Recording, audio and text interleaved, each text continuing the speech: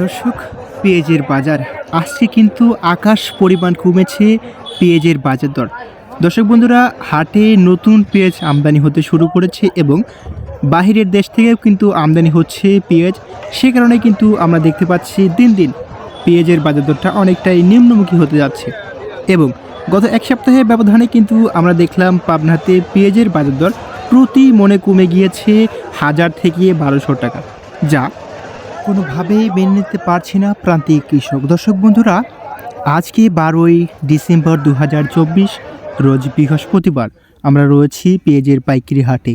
জানাবো আজকের বাজার দরে পেঁয়াজের সর্বোচ্চ সর্বনিম্ন বাজার দরগুলো কেমন চলছে।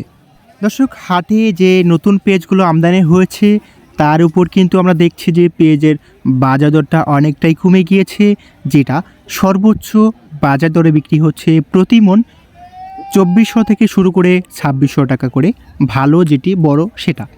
দর্শক বন্ধুরা, মাঝারি সাইজ যেটা সেটা কিন্তু আমরা দেখতে পেলাম 2000-এর নিচে থেকে শুরু করে 2100-2200 টাকা পর্যন্ত বেচা বিক্রি হচ্ছে। দর্শক, তাছাড়া যে পুরাতন পেঁয়াজগুলো বাজারে এখনও রয়েছে সেগুলো কিন্তু সর্বোচ্চ বাজার দরে বিক্রি হচ্ছে প্রতি মন 2800 থেকে শুরু করে 3100 টাকা করে। দর্শক, যে বাজার দরটা কিন্তু আমরা দেখেছিলাম যে গত সপ্তাহেও ছিল 4500 থেকে 46 টাকা সর্বোচ্চ বাজার দরে পুরাতন যেটা সেটা।